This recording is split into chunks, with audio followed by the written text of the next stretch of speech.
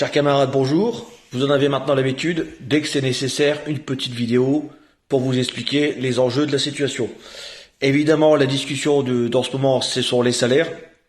Les salaires qui ont été discutés à cette fameuse réunion du 1er décembre.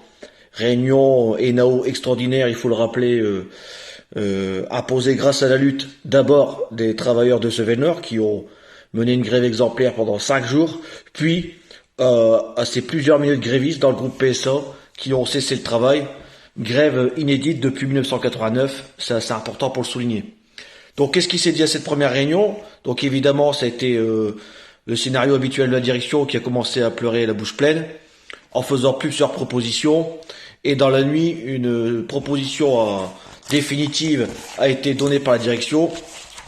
Donc ça sera bon, il y a plusieurs mesures, mais la mesure principale, c'est l'augmentation de salaire. Donc ils ont retenu 4,4% d'augmentation générale des salaires, ce qui représente en moyenne pour un salaire de 1600 euros, à peu près 70 euros d'augmentation.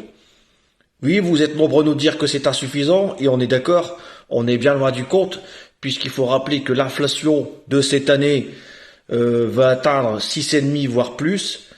Et on nous donne uniquement 4,4 alors que l'année prochaine, on nous annonce déjà, donc l'année prochaine c'est dans quelques semaines, on nous annonce déjà une inflation qui sera probablement au-delà des 10 points. Le compte n'y est pas. Donc maintenant, une fois qu'on a dit ça, c'est qu'est-ce qu'on fait pour obtenir gain de cause à nos revendications.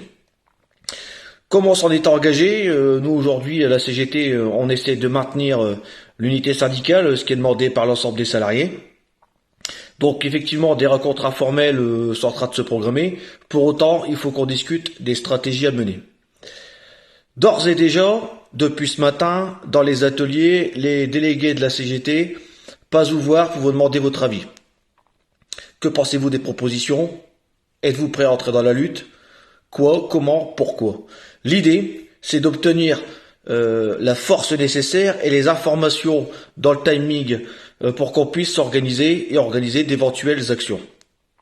Une fois qu'on aura recueilli l'avis de tous les travailleurs, on rencontrera les autres syndicats. Ils auront probablement aussi rencontré leurs adhérents et les ouvriers dans les ateliers. Et à ce moment-là, on déterminera les actions à mener. Quoi qu'il en soit, ce qui a posé problème cette année, c'est qu'évidemment la direction, compte tenu de la forte mobilisation d'il y a quelques mois, a imposé dans pas mal d'usines du groupe du chômage partiel la veille, le jour et le lendemain des négociations salariales. Comme ça, elle espère étouffer toute contestation. Donc évidemment, la première des revendications, ce sont les salaires, mais je crois que ce qui va arriver tout de suite derrière, c'est il faut absolument que les autres syndicats retirent leur signature à l'accord de compétitivité qui fait en sorte qu'on travaille tous les samedis et qu'on chôme quand la direction le décide.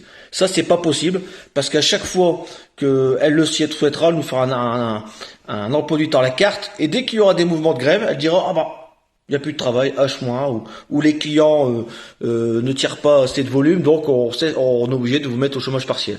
Ça, je crois que là-dessus, il va falloir être très ferme, et dans les revendications, les samedis imposés et gratuits, quasiment gratuits, ça doit être terminé. Voilà, je vous l'ai dit, les délégués de la CGT sont dans les ateliers, ils vont recueillir votre point de vue, et c'est bien ça qui compte et ce qui est important à la fin. Je vous dis à très bientôt, et j'espère dans la lutte.